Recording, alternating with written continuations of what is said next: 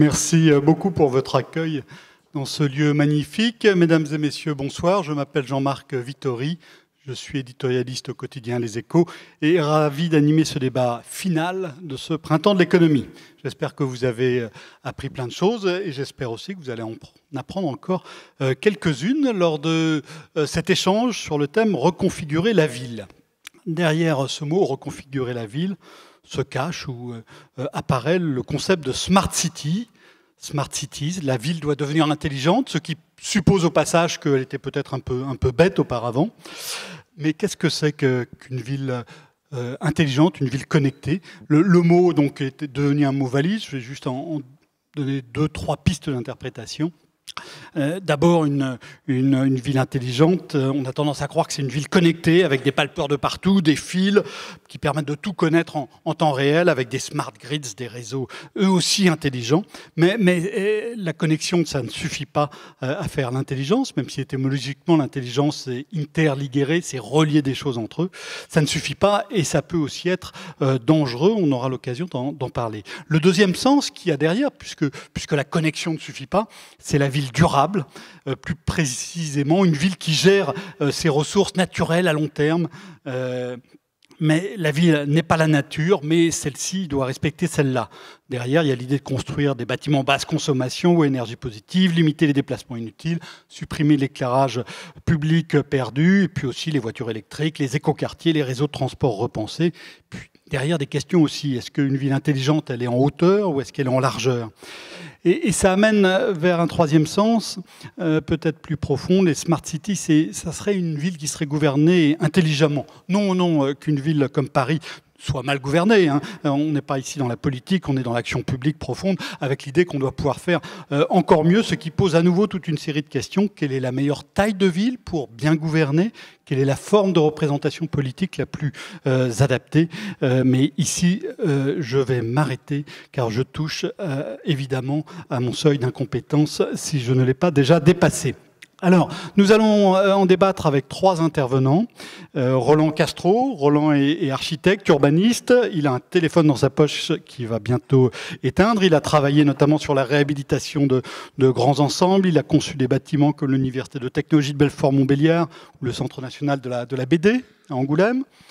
Il a participé à la consultation du Grand Paris. Il a un engagement politique fort à gauche depuis longtemps. Il a écrit une série de livres, dont L'Utopie est mon métier en 2010. Et puis tout récemment, Il faut tout reconstruire, rien de moins. Proposition pour une nouvelle société aux éditions L'Archipel. Il y a quelques-uns de ces livres qui sont disponibles à l'accueil qui pourraient éventuellement dédicacer après le débat. Claude Rochet n'est pas encore là, il va arriver. Il a eu un petit problème de localisation dans son territoire parisien. Il est professeur à l'Université de Management Public et de Gouvernance Territoriale à l'Université d'Aix-Marseille. Il est directeur du laboratoire de recherche du service de coordination à l'intelligence économique au ministère de l'économie et des finances. Donc il est à la fois universitaire, mais il travaille dans un ministère. C'est un profil assez atypique. Il est énarque, mais il a travaillé dans l'industrie. Puis il travaille depuis 3 ans sur les villes intelligentes. Il a fait une étude avec le SCP sur le sujet. Et c'est aussi l'un des piliers de l'Institut de l'économie. Je vous conseille de regarder sur Internet ce qu'est cet institut.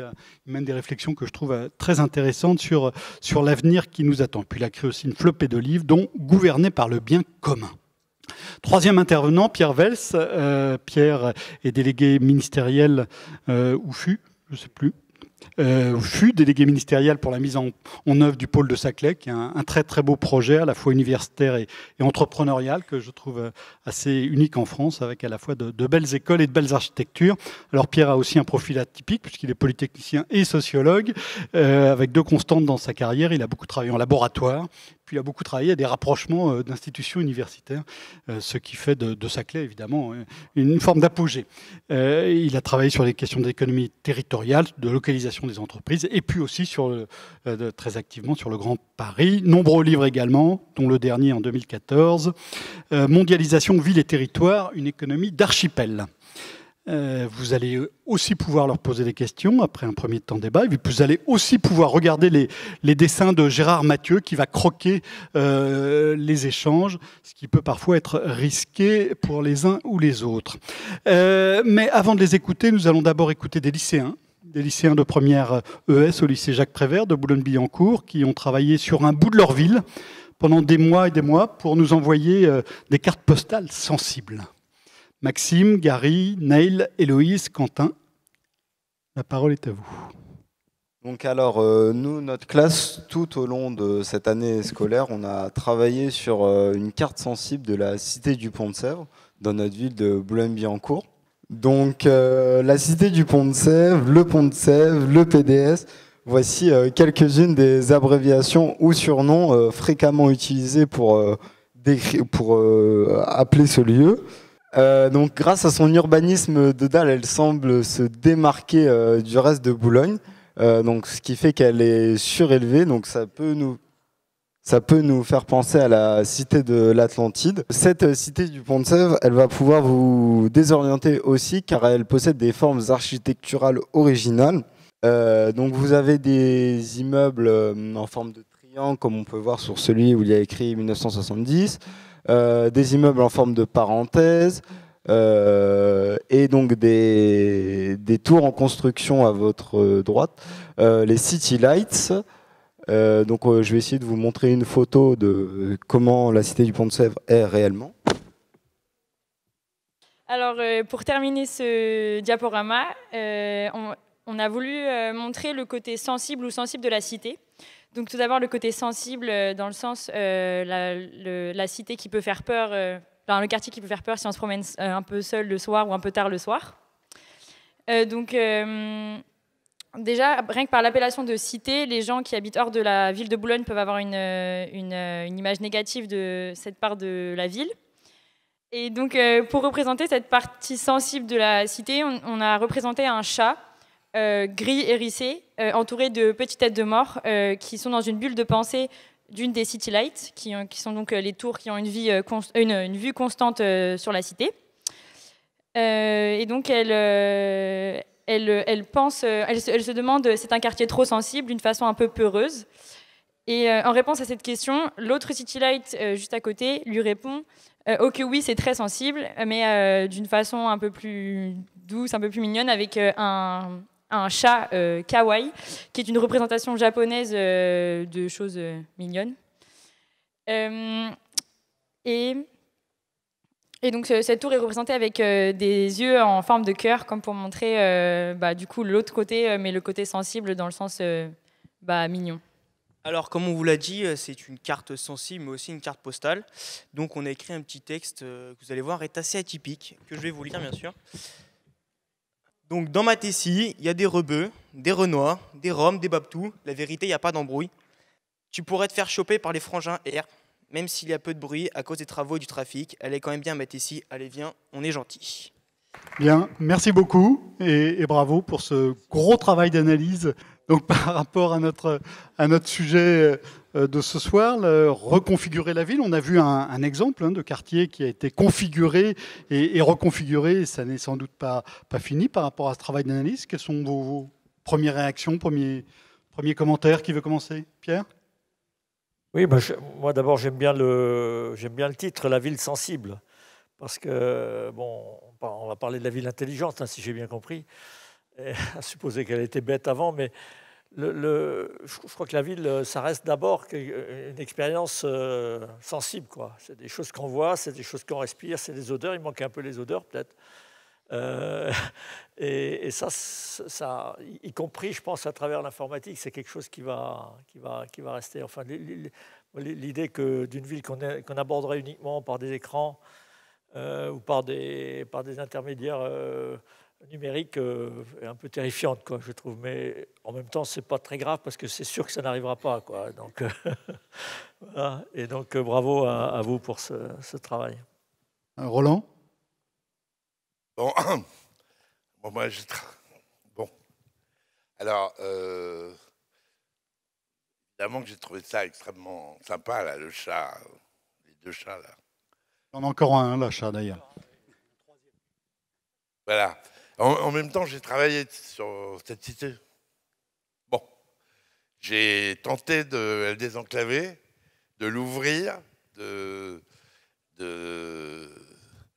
Alors, je vais vous dire un truc absolument horrible.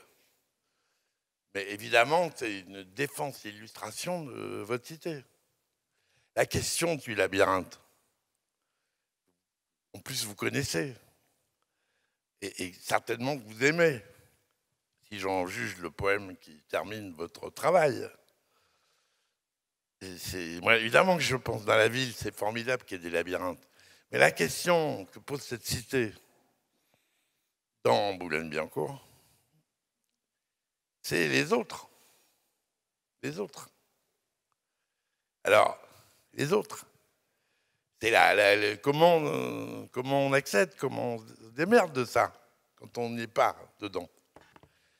Donc, moi, j'ai beaucoup travaillé là-dessus, sur comment rendre ça plus harmonieux, plus intégré par rapport au reste de la ville. Plus ouvert, plus inclusif. Plus ouvert, voilà. Donc, en même temps, je peux vous dire un truc. Je me rappelle qu'en 68, il y avait un débile profond qui avait dit les architectes ne devraient pas construire à plus de 3 km de chez eux. C'est l'endroit où on ne voit rien à moins de 3 km de chez soi. On ne voit jamais rien. On s'habite. D'ailleurs, heureusement qu'on ne s'aperçoit pas. On ne voit pas tout. C'est heureusement qu'il y en a d'autres qui voient, parce que je ne sais pas si je me fais comprendre, mais évidemment, je ne sais pas du tout. C'est pas sympa ce que je vais dire, mais c'est la question de l'autre, du rapport de d'autres qui viennent. Alors, l'autarcie, y compris les capacités de dérive, bon, on voit bien, elle est vachement bien défendue. Enfin, moi, j'ai travaillé sur ouvrir des enclavés. J'avais été totalement affolé de voir une maternelle disposant d'un énorme grillage, parce qu'il y avait des risques de jet une maternelle enclavée, comme c'est pas drôle, quoi. Enfin, je ne sais pas s'il est encore dans l'état où je l'ai vu il y a quelques années. Bon. Alors, moi, par contre, ce que j'ai adoré, je ne sais pas qui les a fait, c'est les dessins du quartier d'à côté. Notamment les illustrations de 3 bâtiments que je trouve, celui de Jean Nouvel et celui de Vasconi, et le 3e de je ne sais pas qui, et du quartier du Trapèze. Et je trouve que, je ne sais pas si c'est vous aussi, j'imagine, oui, les chats. Ça, je trouve ça, moi, je pense que vous avez fait 200 croquis, je vous encourage à regarder partout ailleurs que chez vous. Voilà. Bon. Et en même temps, je suis assez content, comme citoyen, de l'amour que vous portez au lieu où vous habitez. La seule chose que je vous signale, c'est que pour pas mal d'autres, elle paraît un peu étrange, voire même fermée. Voilà. Merci. Claude, merci de nous avoir rejoints. J'ai vu que la fin, parce que je me suis perdu dans la ville, mais ça éclaire une démarche que je vais illustrer par des exemples dans mon intervention tout à l'heure, qui est celle du design par l'imagination, ce qu'on appelle le design thinking, où on va rêver la ville par rapport aux fonctionnalités voulues. C'est une démarche qui est exactement le contraire des démarches d'architectes, qui partent de leur vision, qui la déclinent. Enfin, ça, c'est pour les architectes traditionnels, pas pour Roland Castro. Et à partir de là, on définit les fonctionnalités et les interactions. On l'oublie. Oui, on l'oublie. Oui. Heureusement. Oui. Heureusement. Voilà. Donc on définit voilà, qu'est-ce qui va faire que la ville sera un système vivant. On vit la ville d'abord comme un système vivant, et après, on va traduire ça en configuration type, ce qu'on appelle les patterns en design d'une ville, en design de système, et on va traduire ça après en schéma d'organisation, mais je présenterai des exemples tout à l'heure. Okay. Non, je n'ai pas grand-chose de plus à dire. Là, je suis assez d'accord avec Roland quand il dit qu'il faut aussi regarder ailleurs, et il faut apprendre à regarder aussi. Hein, c'est pas, voilà, et je trouve que l'aspect sensible, on ne le met pas assez en évidence, quoi, parce que les architectes ou les urbanistes, ils dessinent toujours des plans. C'est sans odeur, sans couleur. Et j'aime bien le fait que vous ayez mis ça m'a beaucoup frappé, par exemple. Je n'aurais pas eu l'idée, moi, quand je compare l'ancien Pont de Sèvres avec le trapèze, de mettre la couleur, quoi. C'est amusant que ça vous ait... C'est intéressant que ça vous ait frappé, vous, quoi, parce que c'est quelque chose qu'on ne perçoit pas forcément, quoi. Et je pense que, d'ailleurs, on va revenir tout à l'heure sur l'informatique, le numérique et tout ça. Je pense que le numérique, paradoxalement, c'est assez proche du sensible. On va renforcer le sensible. Ça va donner des capacités on pourrait même dire une forme de sensualité de la ville, quoi. Voilà. En tout cas, moi, je vais dire un mot sur le sensible et le rationnel. Je pense qu'on acquiert des connaissances rationnelles qu'à travers des connaissances sensibles. Voilà. Alors bon, moi, quand j'étais prof d'archi et de ville, je donnais à mes étudiants un sujet qui était une ville prise au hasard en Europe. La seule chose que je leur disais, pas Bruges, pas Venise, pas des machins trop finis, quoi. Mais toutes les autres villes. Et je leur disais un deuxième truc, pas la ville où vous avez votre premier baiser, pas la ville où vous avez fait la rencontre la plus belle. Non, une ville que vous ne connaissiez pas. Puis je les faisais, ça dure 1 an, ils avaient le droit D'abord, ils n'avaient pas le droit d'aller regarder les plans de la ville. Ils avaient le droit de pas de photographier. Ils faisaient des tas de croquis. Ils marchaient. Je leur disais surtout pas le centre, la cathédrale, mais la périphérie, du centre à la périphérie. Bon bref, je les faisais marcher comme des malades avec des tas de croquis. Puis après, ils avaient le droit de regarder. Ils faisaient la géographie de la ville, donc d'extraire tout ce qui est le substrat de la ville, c'est-à-dire ce sur quoi elle est posée, sans bâtiment. Et puis après, ils regardaient les plans historiques et tout ça. Bon, bref. À la fin de tout ça, il y avait un portrait de ville qui était parti des pieds du sentiment. C'était étudiant en archi. Donc moi, je pense que n'importe qui peut être étudiant en archi. Le musée est ouvert, il se fréquente avec les pieds et la sensibilité. Donc, il y a des tas de gens qui me disent en rougissant, je ne suis pas architecte, mais il me semble que l'opéra Bastille, c'est pas terrible. Je leur dis, calmez-vous. Pas besoin d'être architecte pour découvrir que l'opéra Bastille, il y aurait marqué Garage Renault, ça irait. Mais pour un opéra, évidemment, ça ne fait pas opéra, quoi. Bon. Donc, comment dire, il y a, je pense, Descartes dit du sens commun qu'il est la chose du monde la mieux partagée. Et je pense qu'il y a un voir et un sentir commun. Donc il y a... toute la ville, c'est un espace à partager dans lequel on peut gérer le plaisir, le déplaisir, par la couleur. Vous c'est un peu pipé parce que vous êtes dedans et puis vous regardez à côté. Enfin, en gros. Donc tout ça pour dire que on va en parler, il y a un débat. Je pense que la fonctionnalité, la pensée fonctionnaliste, organisant l'activité humaine autour de fonctions, a été une catastrophe urbaine. Je pense que le fonctionnalisme même, en tant que manière de penser la ville, est une erreur. Et je pense que la ville, c'est un objet poétique. C'est un objet poétique de rêverie, voilà. Sentir la ville avant de le penser, c'est exactement ce que vous nous dites. Un dernier mot, je vous signale que le bonheur de l'émotion, quand on entre quelque part ou qu'on voit quelque chose qui vous surprend, ça va plus vite que la pensée. Oui, bien sûr. Alors, donc, la ville intelligente, comment est-ce que vous la définissez? Vous avez beaucoup travaillé dessus. Alors, la ville intelligente, pour répondre à je sais pas qui posait la question, les villes du passé étaient intelligentes. Hein. Bon, je sais pas si j'ai le temps de passer quelques photos, mais si vous regardez la fresque très connue d'Ambrogio Lorenzetti, les effets du bon gouvernement, qui représente la ville de Sienne, on voit que tout est... Il n'y a pas d'architecte, mais tout est pensé.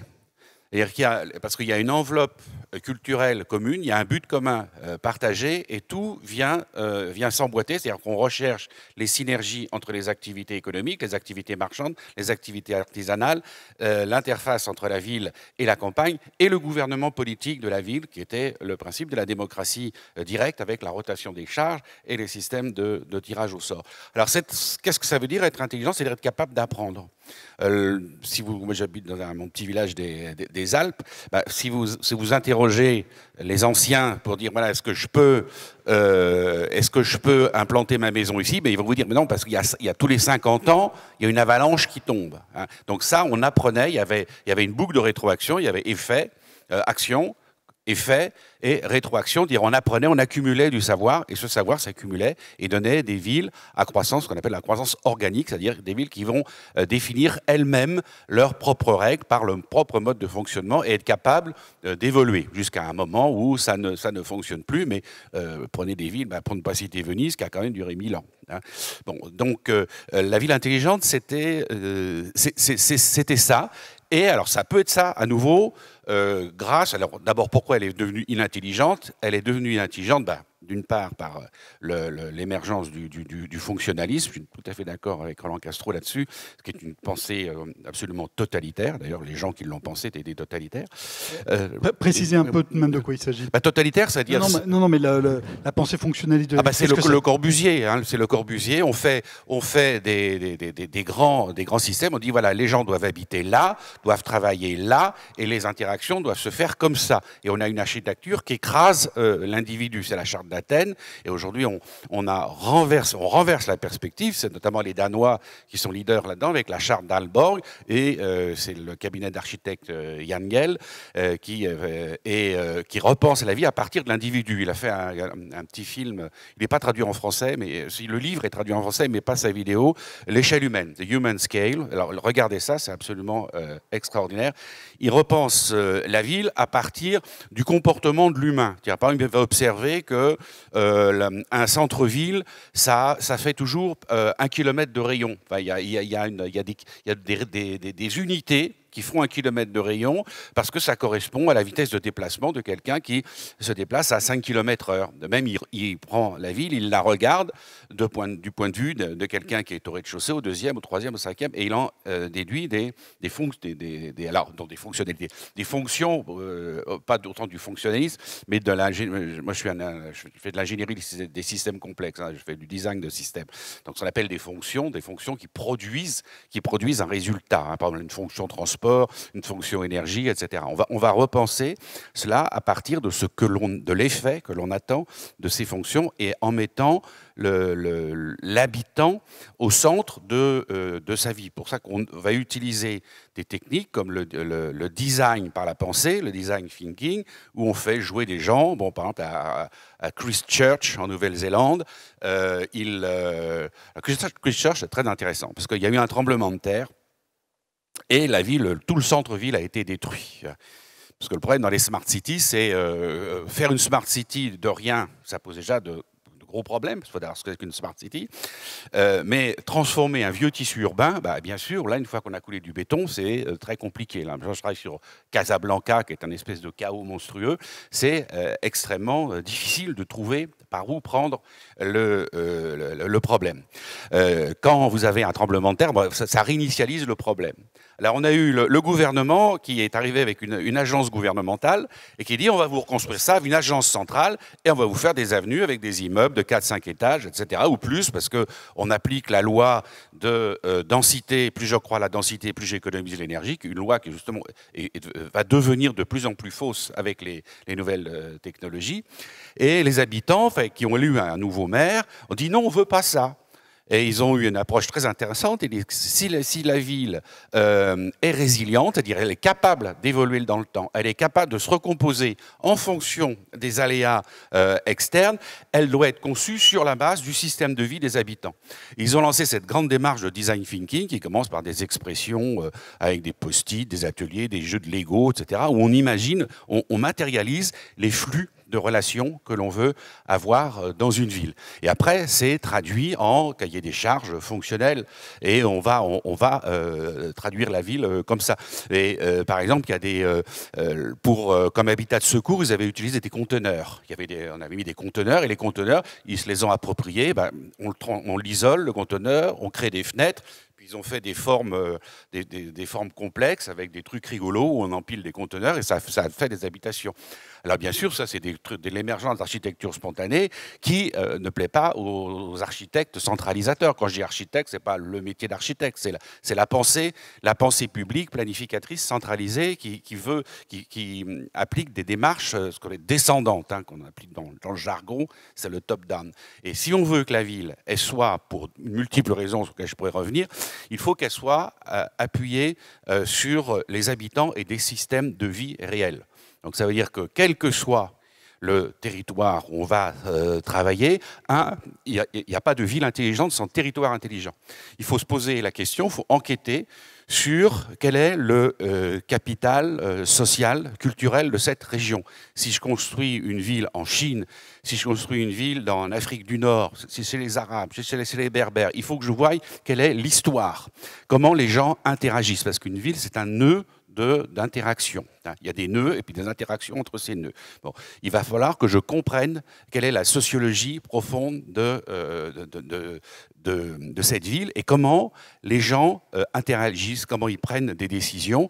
Et tout cela revient à un exercice assez passionnant qui est d'arriver à concevoir le gouvernement de systèmes qui n'auront pas besoin de se gouverner parce qu'ils ont dans leur fonctionnement des mécanismes autorégulateurs, ce qu'on appelle en langage des systèmes autopoïétiques. Ils sont capables de renouveler par leur propre fonctionnement leur organisation. Et c'est comme ça que les villes du Moyen-Âge fonctionnaient. Vous vous promenez dans Carcassonne, dans Sienne, dans Fès au Maroc, vous dites à quoi sert cette petite ruelle?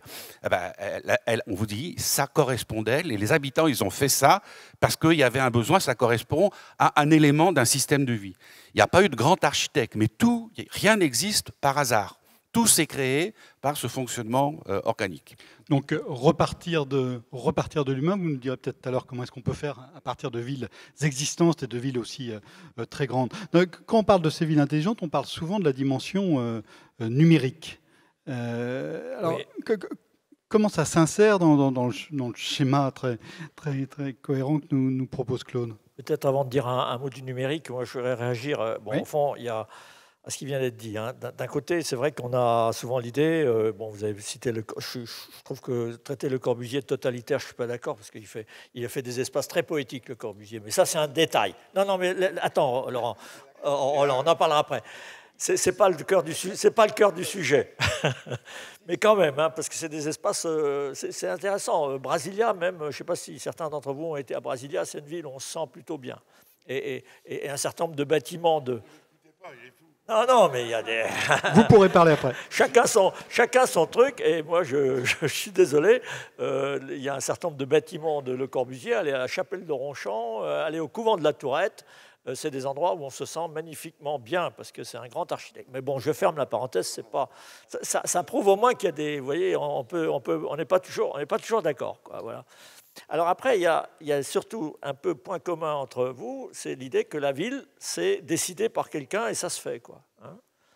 Or, la ville, le mystère, c'est que les villes qu'on aime le mieux, c'est quand même les villes qui ont été décidées par personne, même pas par le design thinking, si je peux me permettre. Parce que, bon, vous dites, on part des fonctionnalités, et puis les archives, souvent, ils parlent du résultat, de l'espace qu'on veut produire, mais quelque part, il y a quand même l'idée commune que la ville, c'est pensé par quelqu'un et ça se fabrique un peu comme on fait une bagnole ou comme on fait une fusée ou comme on fait... Or, ce n'est pas vrai. Ça arrive dans...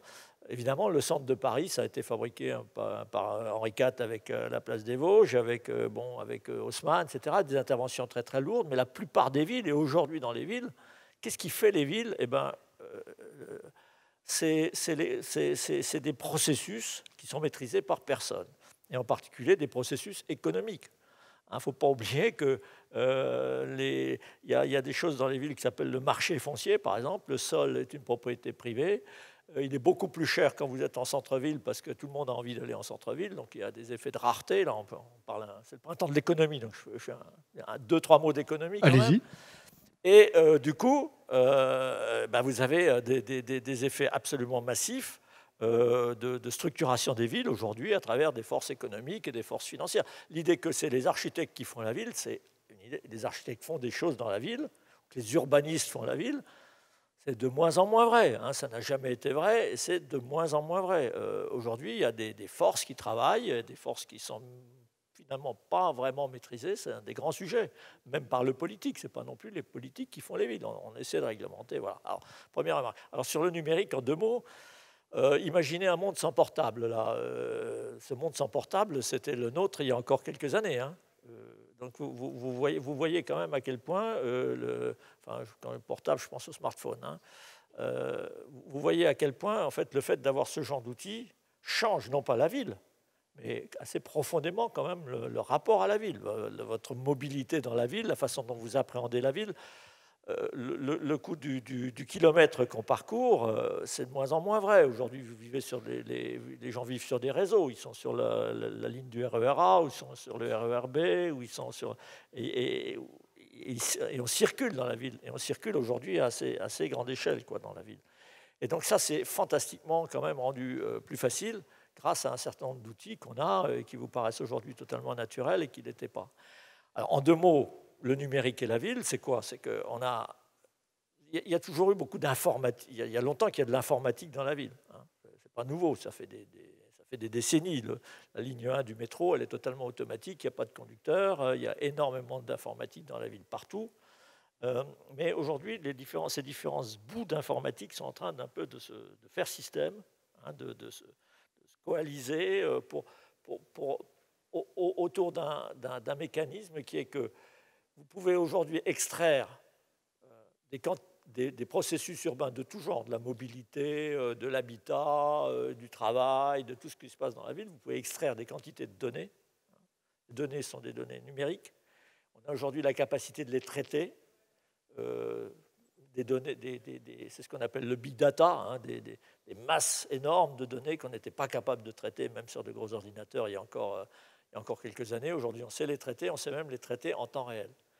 Et du coup, vous avez un peu, je termine, hein, au fond, deux grandes philosophies qui émergent à partir de ça. On dit toutes ces données, et en plus, comprenez bien, la maîtrise de ces données est totalement stratégique. Demain, les gens qui vont vraiment piloter ce qui se passe dans les villes comme ailleurs, c'est les gens qui vont être capables de maîtriser ces données, de les traiter et de les réinjecter ensuite dans les comportements et dans les outils qu'on vous donne. Et au fond, il y a deux grands modèles à partir de là. Il y a le modèle, le vieux fantasme de la salle de contrôle. C'est que ce serait plus l'architecte qui ferait la ville, ni le design thinker, ou je ne sais pas quoi. Ce serait l'homme qui est derrière son poste de contrôle et qui a toutes les données qui arrivent dans la ville et de la ville et qui, à partir de là, va diriger la ville. Ce n'est pas du tout une fiction. Si vous prenez, il y a des modèles classiques, il y a Rio. Hein, Rio, ils ont fait une énorme salle de contrôle. Il y a des salles de contrôle partout, d'ailleurs, dans Paris, hein, ou dans toutes les villes. Il y a des salles de contrôle partout. Bruno Latour, je ne sais pas si ça vous dit quelque chose, qui est un sociologue, anthropologue fameux, français, a fait un joli bouquin qui s'appelle Ville invisible, où il a rassemblé comme ça des photos, c'est un bouquin de photos principalement, de toutes les salles de contrôle qu'il y a dans Paris. C'est incroyable, il y en a partout. Hein. Déjà, on a beaucoup de visus, les policiers qui regardent, ce n'est pas seulement les policiers, mais les métros, enfin tout est aujourd'hui ramené. Et le fantasme ultime, c'est la salle de contrôle unique. Et au milieu, il y a par exemple le maire, ou il y a je ne sais pas qui, le type qui dirige le truc. Et ça, quelque part, ce n'est pas totalement exclut que ça se développe en partie, puisqu'il y a des villes qui commencent à le faire. Singapour, c'est un peu comme ça aussi. Mais où est l'intelligence là? Alors, l'autre modèle, c'est l'intelligence répartie. Hein.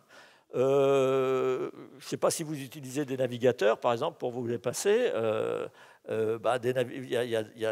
Soit on collecte l'information à travers des capteurs, et puis on l'envoie sur un système central, et puis il vous redonne les informations sur le trafic.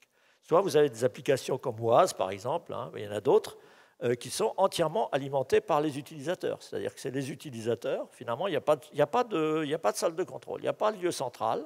C'est les utilisateurs de manière horizontale, et je crois que c'est ça la grande nouveauté de la ville numérique. Hein. C'est ça la vraie trajectoire, c'est-à-dire c'est horizontalement, les uns avec les autres, vous allez vous passer des informations, c'est ce que vous faites déjà hein, par les réseaux sociaux, etc., quand vous organisez des manifs ou que vous voulez vous retrouver, c'est totalement horizontal.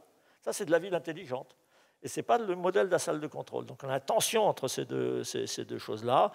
Et ce qu'on constate, c'est que les modèles décentralisés, les modèles horizontaux, finalement, ils fonctionnent mieux que les autre. Quoi. Voilà. Un modèle décentralisé, une intelligence collective, hein, voilà. pas une somme d'intelligence individuelle. Roland. Bon, je t'ai laissé parler, mais je veux dire un mot sur Le Corbusier, que je pense, comme toi, être un immense artiste. Comme toi, j'ai une émotion inouïe à Ronchamp, et pourtant...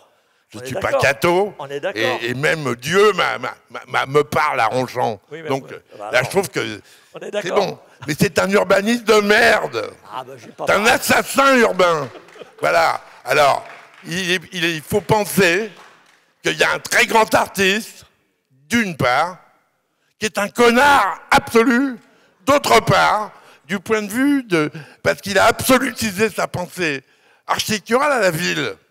Avec il a voulu, ça a été une pensée de type totalitaire. Oui, elle n'a produit. C'est la pensée de l'époque. Hein, oui, alors le totalitarisme, je signale, ça veut dire que on le connaît sous des formes, quand il est le totalitarisme de la race ou de la classe, le nazisme ou le stalinisme, je ne mets pas d'ailleurs de signe égal, mais enfin, la structure est la même, et la structure de pensée issue de la charte d'Athènes est la même. La même structure. C'est une structure qui veut du contrôle de tout. Voilà. Alors, donc on en revient bien à ce que disait Pierre sur moi, je vous incite à lire. Contrôle versus la ville décentralisée. Heidegger, dans Bâtir, habiter, penser, a dit c'est en poète que l'homme habite. Heidegger qui était un progressiste notoire. Non, mais évidemment, je suis dans la merde parce qu'évidemment... Par rapport à notre cher Corbu. Non, mais je n'ai pas dit qu'Heidegger était un progressiste. Je connais absolument l'histoire d'Heidegger. Ceci dit, c'est pas parce qu'il a... C'est en poète que l'homme habite. Il a dit un deuxième truc, qui est quand même vachement important. Il a parlé de l'arraisonnement par la technique. Arraisonnement, pas le raisonnement. C'est-à-dire le fait que dès qu'une technique apparaît, on peut se laisser entièrement arraisonner par elle.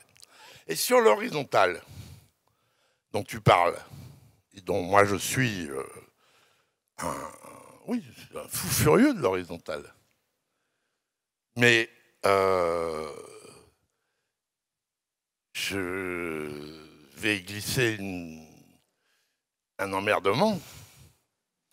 C'est que l'horizontal, pour que ce soit vraiment bien horizontal, il faut qu'il y ait du vertical. Il faut qu'il y ait de la verticale. Je prends l'exemple de la manif du 11 janvier, qui était de l'horizontal, d'un peuple qui se lève, qui défend des valeurs. Enfin, après, tout le monde ergote, pas tout le peuple, tout ça. Bon, d'accord, quand même beaucoup du peuple. Et puis, il n'y a pas de vertical. Tu n'as pas de vertical.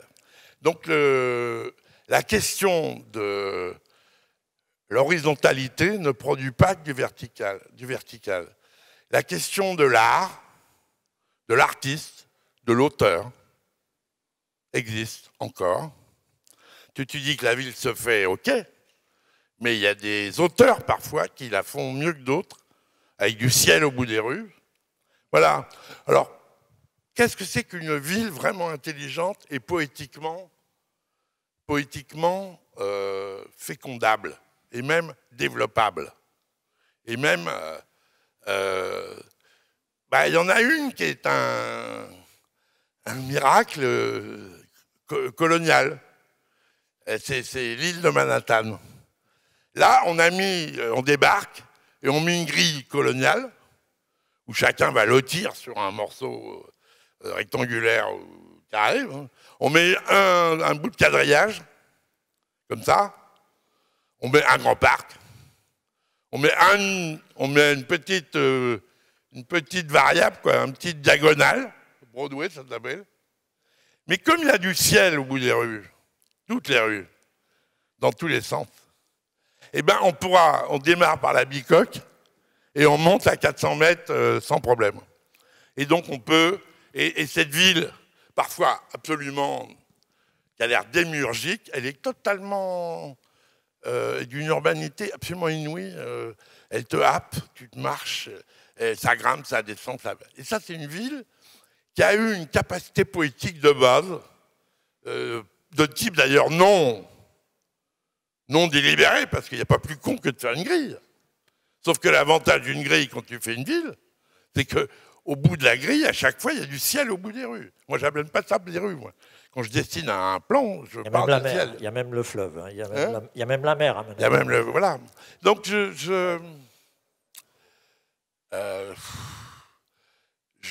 oui, je pense que le danger, c'est l'espace du contrôle. Non, ça, c'est sûr que c'est le danger. Le contrôle ne passe pas uniquement par le vertical, hein. C'est-à-dire c'est pas la salle de contrôle. On peut aussi contrôler ce que vous faites horizontalement. Hein. Mais c'est vrai que il faut admettre que tout ce qui nous arrive technologiquement, qui a l'air plutôt fécond, moi j'attends la preuve de sa fécondité par la fabrication connectée de verticale partagée. Voilà. Quelque chose comme ça. Donc ça veut dire quand même que l'idée de la mise en réseau ne suffit pas à faire société. Oui, il y a d'ailleurs une chose intéressante, juste une remarque, c'est quand on regarde parce que la ville intelligente, c'est aussi un business. Hein. Vous avez aujourd'hui beaucoup d'offres. Des nouveaux acteurs qui n'étaient pas vraiment des acteurs de la ville, comme IBM, Cisco, enfin tous les acteurs Amazon, Google, etc. Tous ces gens-là, aujourd'hui, ont des projets de ville intelligente. Donc la ville, c'est plus seulement le BTP, tout ça. C'est maintenant les acteurs du numérique considèrent la ville comme un vrai objet. Donc on produit des images, il y a des images de toutes sortes de schémas de ce que c'est que les villes intelligentes. Une chose très frappante, c'est que le politique n'apparaît jamais.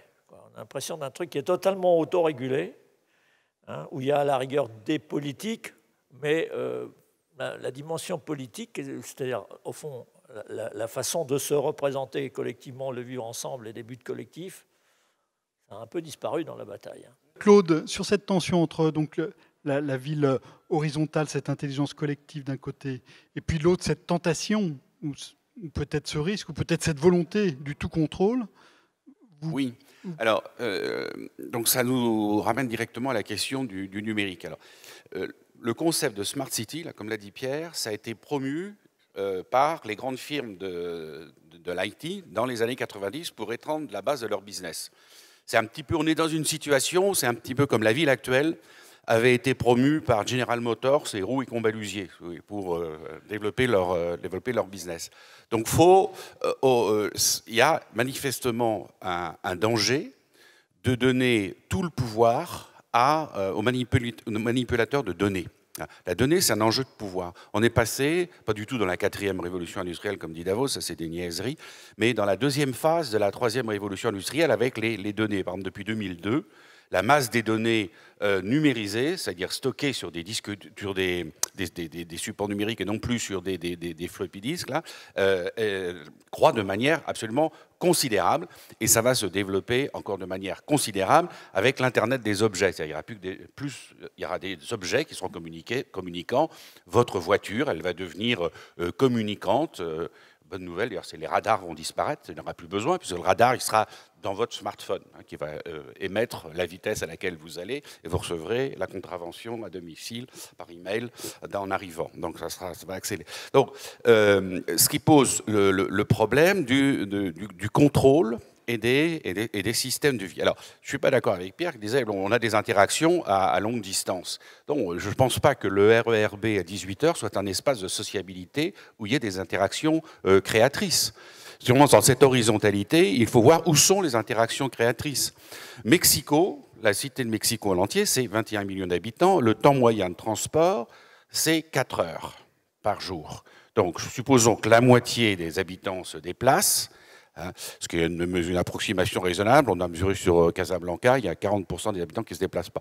Ça fait quand même 40 millions d'heures de perdus par jour. Non seulement de perdus, mais de passer en stress, en pollution, en non-soin de la famille, alors qu'on pourrait, si on organisait autrement, si on pensait autrement le déplacement domicile-lieu de travail, affecter ce temps autrement. Par exemple, on parlait de Singapour. Singapour, il y a une configuration type, un pattern, c'est-à-dire c'est une fonction qu'il faut intégrer dans toute conception, c'est qu'on ne passe pas plus de 45 minutes par jour en transport. Donc si vous habitez au nord de l'île, vous n'allez pas travailler au sud. Et d'ailleurs, c'est comme ça que les Chinois envisagent la conception de leurs éco-cités. C'est comme ça qu'on va travailler sur la ville nouvelle de Zenata, à côté de Casa.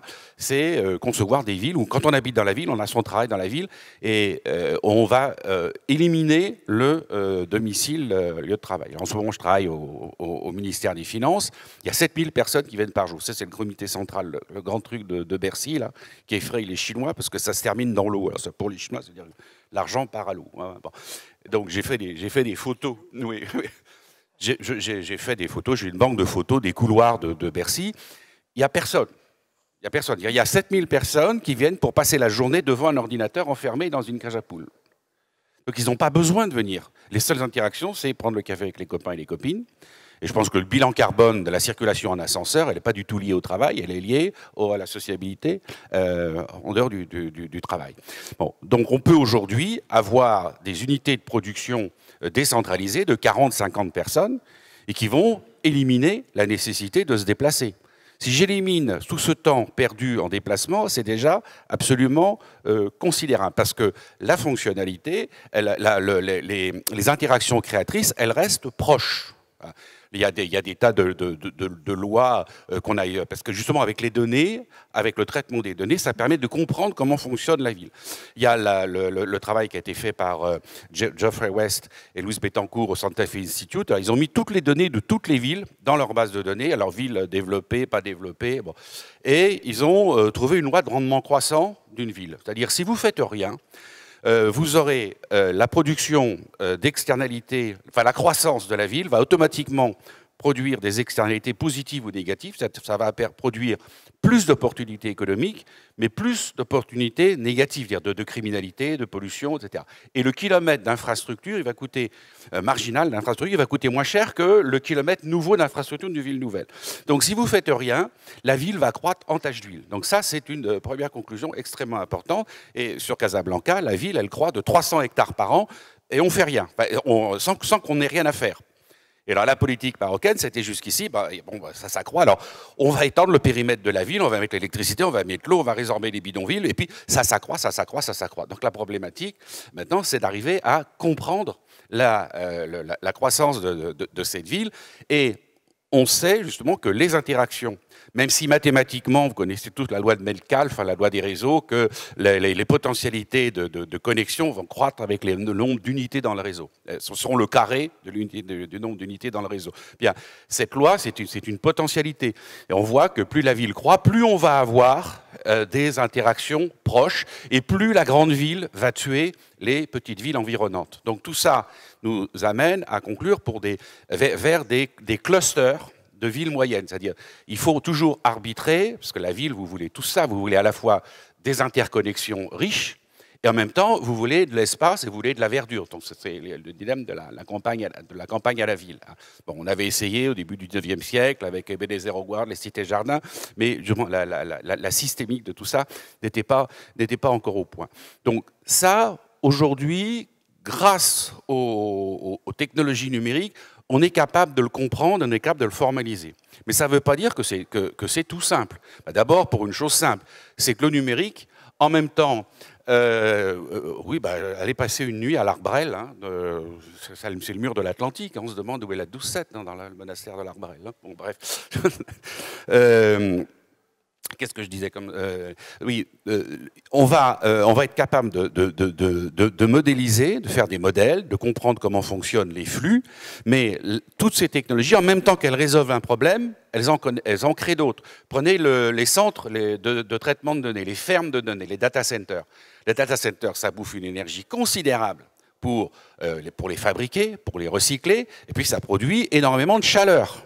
Donc, en même temps que ça va vous permettre de faire des smart grids qui vont permettre d'économiser de l'énergie, ça va consommer de l'énergie et ça va reconsommer de l'énergie pour les refroidir. Alors, donc, il va falloir, on est en train de réfléchir sur comment récupérer l'énergie de ces data centers. Alors, notre champion national du nuage, de l'informatique en nuage, qui est OVH à Roubaix, bon, eux, ils ont déjà commencé à réutiliser l'énergie de leur data center pour chauffer la ville, chauffer les piscines, etc. Les Suédois sont en train de sortir le data center à énergie positive. C'est-à-dire toute l'énergie est recyclée et ils produisent même de l'énergie au lieu d'en consommer. Le numérique crée autant de problèmes qu'il en résout. Deux, il y a la question du contrôle politique, parce qu'effectivement, dans toutes ces histoires, on n'entend jamais parler de politique. Il y a tout un courant aux États-Unis qui est le courant technologique qu'on a déjà connu à l'époque du début d'Internet, début des années 90, qui est propagé par la revue Wired, câblé, connecté, et vous écoutez aujourd'hui les gens de Google, ils ont un discours libertaire. Ils disent l'État va disparaître, parce que le numérique va créer des systèmes autorégulateurs. Mais qui va réguler les régulateurs, qui va contrôler le système? Vous avez un best-seller aux États-Unis qui est « What Technology Wants ». C'est la technologie qui voudrait quelque chose. C'est plus la volonté politique qui voudrait quelque chose. Alors, pour citer quelqu'un d'autre d'Heidegger, qui est toujours controversé, il y a les travaux quand même de Gilbert Simondon sur du mode d'existence des objets techniques, qui a montré que plus un objet était technique, plus il était complexe, plus sa rentabilité était inférieure à l'unité, et plus il allait falloir d'humains pour connecter cet objet. Et donc, plus de systèmes d'information, plus de pensée stratégique. Qui va contrôler le traitement des données, des big data? Les big data, c'est des algorithmes dans un langage mathématique de très haut niveau. Qui va contrôler ça?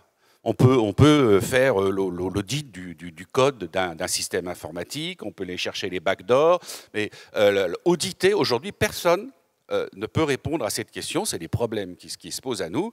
Il peut y avoir absolument un big brother qui va contrôler les données et il fera ce qu'il voudra. Le projet du transhumanisme de Google, c'est ça. C'est le monde orwellien. Ça, c'est un monde totalitaire. Là, il n'y aura pas de discussion. Hein. Donc, il faut empêcher ça. Mais ça veut dire qu'il faut réinventer toutes nos règles de gouvernance et puis s'approprier les objets techniques. C'est-à-dire un objet technique, il ne fait sens que au travers l'usage que j'en ai. Ce n'est pas l'ordinateur qui vous rend intelligent, c'est le rapport que vous avez à l'ordinateur. On a réinventé les manières de pratiquer l'enseignement supérieur grâce à l'informatique, c'est tout à fait vrai, mais ce n'est pas l'ordinateur qui rend les gens intelligents, ce n'est pas en mettant des tablettes dans les écoles que vous allez rendre les enfants plus intelligents, c'est en faisant un outil de pensée. Donc c'est toujours cette pensée politique. Donc il faut qu'on développe des systèmes collaboratifs qui nous renvoient à... Moi je fais le lien toujours avec la philosophie politique de la Renaissance, avec l'humanisme civique de la Renaissance, la question du bien commun. Si je veux que mon système il soit cohérent, qu'il soit résilient, il faut qu'il ait un bien commun, il faut qu'il y ait une finalité partagée par l'ensemble des gens. Si les gens partagent une même finalité, bon, par exemple, on a les travaux bien avant la mode des Smart Cities de Elinor Ostrom sur l'écosystème de gestion de l'eau. Parce que Elinor Ostrom s'était attaqué au problème de la tragédie des biens communs. Ça, c'est l'économie néoclassique, disait, si on laisse les gens tirer de l'eau, eh bien, ils vont épuiser la ressource parce qu'ils ne vont pas s'occuper du bien commun. Et Elinor Ostrom a montré que dès lors qu'il y avait des interactions dans une communauté d'une taille, alors elle dit bien, je n'ai pas étudié des communautés de taille supérieure à 15 000 personnes, mais les gens ont intégré la finalité et savent parfaitement gérer la ressource commune sans qu'il y ait d'institution formelle. Parce qu'ils ont intégré ce code génétique. Là, on a des systèmes autorégulateurs. Donc il va falloir travailler là-dessus. C'est comment on va s'approprier l'ensemble du système et comment on va maîtriser la technique. Ça, c'est un énorme enjeu politique, parce que quand vous voyez que les GAFA, c'est Google, Apple, Facebook, Amazon. Bon. À eux 4, ils pèsent autant que le CAC 40. C'est une puissance considérable. Bon. Amazon, ils ne sont pas dangereux. Amazon, ils fabriquent des éditeurs de texte automatiques, vous savez, à partir des trucs que vous soulignez sur vos Kindle. Là. Bon, ils vous fabriquent des bouquins, ils vous fabriquent des discours pour des hommes politiques, ce qui n'est pas compliqué. Bon. Mais Google a un projet de civilisation, de transhumanisme. Google, c'est des gens dangereux. Google, il faudra démanteler Google comme la Cour suprême en 1971 avait démantelé IBM pour lui interdire de posséder à la fois les machines et à la fois le software. Donc la ville intelligente, c'est un enjeu politique. La technologie, ça nous envoie un message. Il y a des choses qui n'étaient pas possibles avant, qui sont possibles maintenant. Donc ce possible, c'est une vision politique et c'est une décision politique, mais au sens noble, au sens de la police, de la cité, au sens de la démocratie directe, de la philosophie classique. Roland, sur ce rapport de la ville avec le politique qui change avec le numérique, avec tout ce qui devient possible, vous le voyez comment, ce nouveau pouvoir, cette forme d'expression du nouveau pouvoir? Moi déjà, je me bagarre pour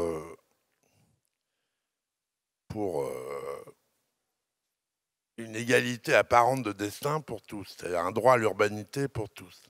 Que l'endroit où l'on naisse et où on se développe vous donne le sentiment d'une égalité apparente de destin. Je me bagarre contre tout ce qu'on appelle toutes les formes issues de la charte d'Athènes, tous les quartiers enclavés. Je pense qu'il faut les désenclaver, les embellir. J'ai amené plein d'images, mais bon, on ne va pas vous inonder d'images. Mais enfin, juste pour vous dire que j'avais juste dans ma vie une satisfaction quand même une fois réelle, c'est pendant les émeutes de 2005, les quartiers que j'avais transformés et embellis n'ont pas bougé. Voilà, pas une preuve. C'est une petite preuve pas mal quand même, parce que certains défiaient, faisaient la chronique comme aujourd'hui certains quartiers. Donc je pense qu'il faut que la ville soit belle dans toutes ses parties, que le Grand Paris doit être multipolaire. Pourquoi je me bagarre pour que, par exemple, le parc de la Courneuve devienne un immense parc monceau aussi attractif que l'île de la Cité ou que va devenir l'île de Seguin, puisqu'on est avec des jeunes citoyens de Boulogne. Bon.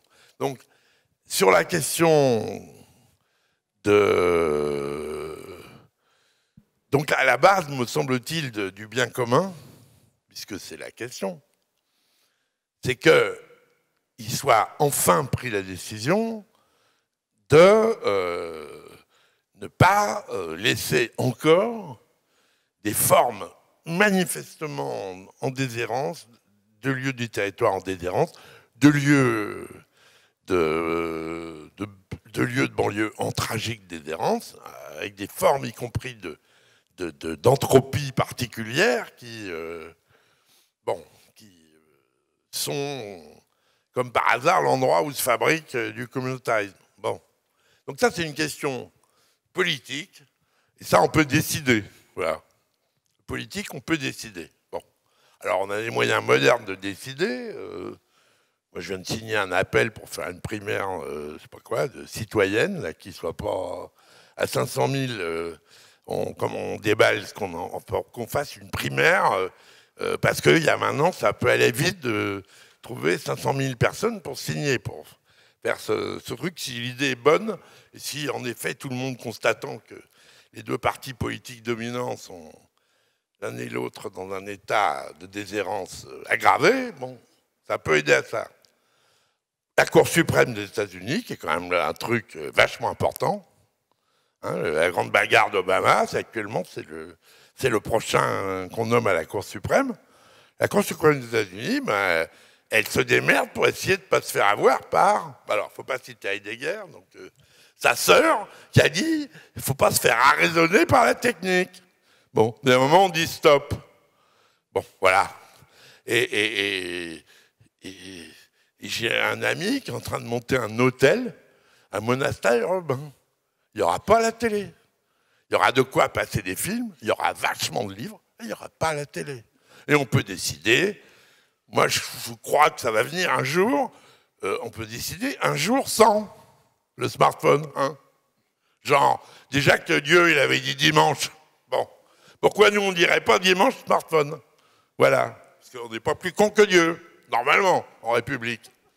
Alors, je dis ça exprès, bien entendu, parce que c'est une des questions qui est que si on se laisse réguler par la technique, qui en plus, dans le cas précis, prend des formes ultra totalitaires. Moi, j'étais fou d'angoisse quand j'ai lu les cinglés de l'intelligence artificielle. Là, et je voulais même que ma boîte me paye un stage d'1 semaine pour essayer de les voir de près. Le dingue qui bouffe 1000 vitamines par jour pour ne pas mourir, qu'à mon âge, je trouve pas tellement mieux que moi d'ailleurs, enfin bon, mais qui a l'air de vouloir tenir vachement longtemps. On se demande pourquoi d'ailleurs, parce que vu ce qu'il raconte. Donc, je veux dire, il y a des choses quand même qui rassurent sur le bon gouvernement. Il y a des choses qui rassurent. C'est la poésie. Je suis désolé, mais les grands poètes, ils n'avaient pas de smartphone. Les grands, il faut imaginer Molière sans l'électricité, quoi, par exemple. Hein. Il faut imaginer Rimbaud sans bagnole. Voilà. Bon. Et donc, comment il y a une question. Enfin, en plus, je suis d'accord, Amazon. Bon, encore qu'Amazon, c'est assez chacun peut faire quelque chose contre Amazon. Moi, je me bagarre avec ma femme quand elle commande des bouquins sur Amazon. Tu vas chez ton libraire, ça prend une journée de plus, et tu discutes avec quelqu'un. Et il te trouve le bouquin que tu veux. Bon, bref, donc il y a une question de liberté personnelle par rapport à tout ça. Il y a une question de verticalité. Et je suis d'accord que je pense que la question de la prochaine élection présidentielle, par exemple, la question du rapport à la culture, au savoir et de la maîtrise de cette question va être une question décisive. Et parce qu'en effet, il y a un problème de Cour suprême. Il y a un problème de Cour suprême. C'est pour ça que, si vous voyez dans mon livre, moi je propose que le Sénat devienne un Sénat philosophique. C'est-à-dire un endroit où on prend le temps, qui s'arrache à l'instantanéité et à la folie de l'instantanéité, qui prenne le temps, qui ne fasse pas une loi, qui des fois, en réfléchissant beaucoup sur la question des cellules souches ou la dictature du surhomme, là, enfin, du surhomme, bref, puisse réfléchir. Donc, on peut décider d'espace où on prend le temps. On n'est pas bouffé par l'événement.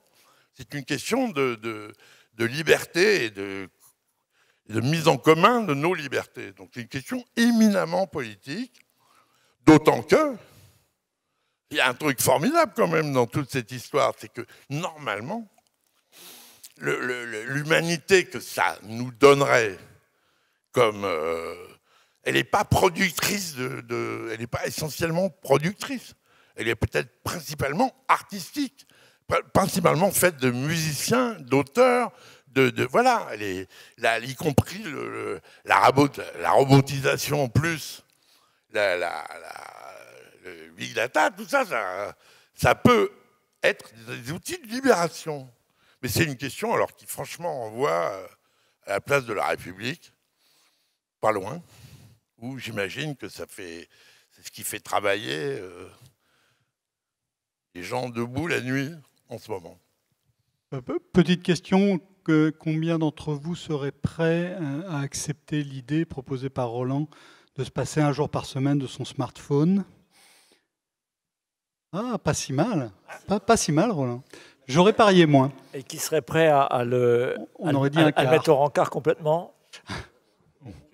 Ouais, vous dites ça, mais... Bon. Alors, avant de passer la parole à la salle, Pierre... L'autre question, c'est est-ce que vous faites des textos d'amour ou des lettres d'amour? On ne rompt pas par texto, par exemple. Hein, je profite de la présence de beaucoup de jeunes dans la salle pour leur dire on ne rompt pas par texto. Voilà. On prend le temps d'une lettre ou d'une rencontre. Et ça, on le décide. Moi, ce que je veux dire, je vais faire le démagogue parce que j'ai envie d'être à côté. Et que je suis assez mal dans cet espace pour une raison qui n'a rien à voir, qui va faire rire tout le monde. C'est que la dernière fois que j'ai vu cet espace rempli, c'était avec des juifs du Sentier. Et j'ai eu l'impression tellement propre. Ils entraient dans un lieu antisémite clean, bien nettoyé. Je suis désolé pour la patronne de l'endroit et pour ceux qui y travaillent. Je n'arrive pas à m'habituer à ce que ce soit aussi propre. Mais, et alors attendez, on parlait de Singapour. Oui. Mais il y a un truc épouvantable à Singapour. C'est que c'est propre. C'est épouvantablement propre. Et il y a un truc épouvantable dans les immeubles. C'est le carrelage, lavable au jet. Ce qu'il y a de beau dans les immeubles, c'est les moustaches, c'est les traînées. Ce qu'il y a de beau à Rome, c'est que l'enduit, l'enduit, il n'est pas fini. Il n'est pas fini, l'enduit. Il est bouffé un peu. C'est-à-dire qu'il y a ce qu'il y a de beau dans la ville, c'est le truc. On s'appelle le truc. Qu'est-ce qu'ils vont faire? Non. Qui se délite. Merde, ça va. Le terrain vague. Bon, fallait y arriver. Alors, Pierre et Claude, un mot chacun sur le pouvoir. Comment est-ce qu'on décide dans cette ville intelligente? Et puis ensuite, question de la salle. Non, mais moi, je voudrais quand même revenir sur cette ambiance générale de dire le numérique, c'est horrible, ça va... Bon, il y a des dangers, quoi.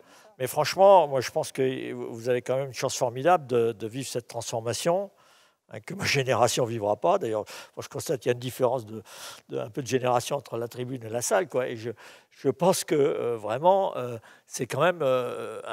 Il y a des potentialités dans le numérique. C'est pour ça que je posais la question, est-ce que vraiment vous seriez capable de vous passer de votre smartphone de manière continue? Non, parce que je pense que c'est quand même des outils formidables. Moi, j'adore l'Internet, etc. Enfin, ça donne des capacités. Et je pense, par exemple, il y a un mot qu'on n'a pas tellement prononcé, c'est le mot de liberté. La ville, c'est quand même fondamentalement... On l'a prononcé, mais la ville, c'est fondamentalement la liberté. Pourquoi les jeunes qui viennent massivement dans des petites villes vers les grandes villes pour faire des études, ils ne veulent plus retourner dans les petites villes, hein? Parce que dans les petites villes...